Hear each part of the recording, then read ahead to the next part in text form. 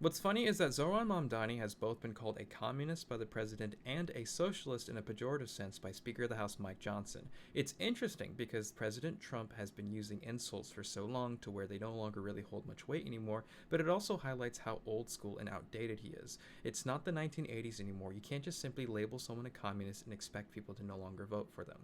In the case of Mike Johnson, it's ironic that he's pejoratively calling Mamdani a socialist when he's actively fighting against providing health care subsidies towards the working class, as well as providing SNAP benefits for people who need food. So you look up these extreme communist policies, and then you find out that he's actually a social democrat. He's not a communist, which is different than being a socialist, and you find out that most of it is basically raising taxes on the wealthy to the tune of less than 7% overall, so that they can provide more goods and services to people so that they are not pushed out of the city, as well as implementing rent freezes, again, so people aren't pushed out of the city due to a cost of living crisis, which would help with the labor shortage that the city is currently going through. So that is considered extreme communism, a tax raise of 2% for all people making more than $1 million per year, and matching the corporate tax rate of New Jersey to 11.5% from the previous rate of 7.25%.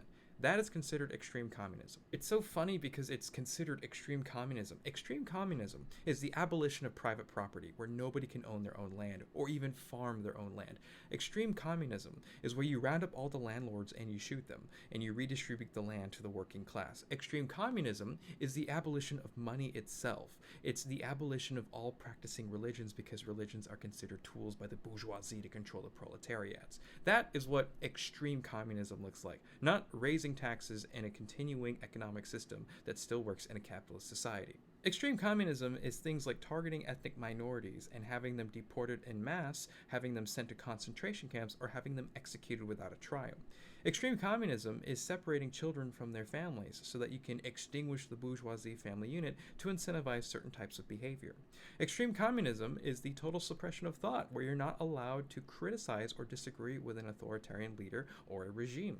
Extreme communism is where there's a monopoly on news, where the information that you receive about your government can only come from one source or be approved by one specific person.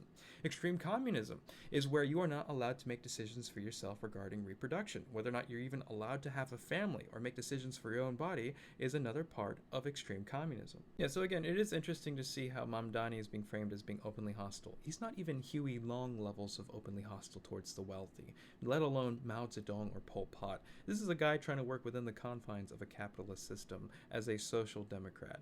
This is not a radical communist, and that is a clear distinction that needs to be made.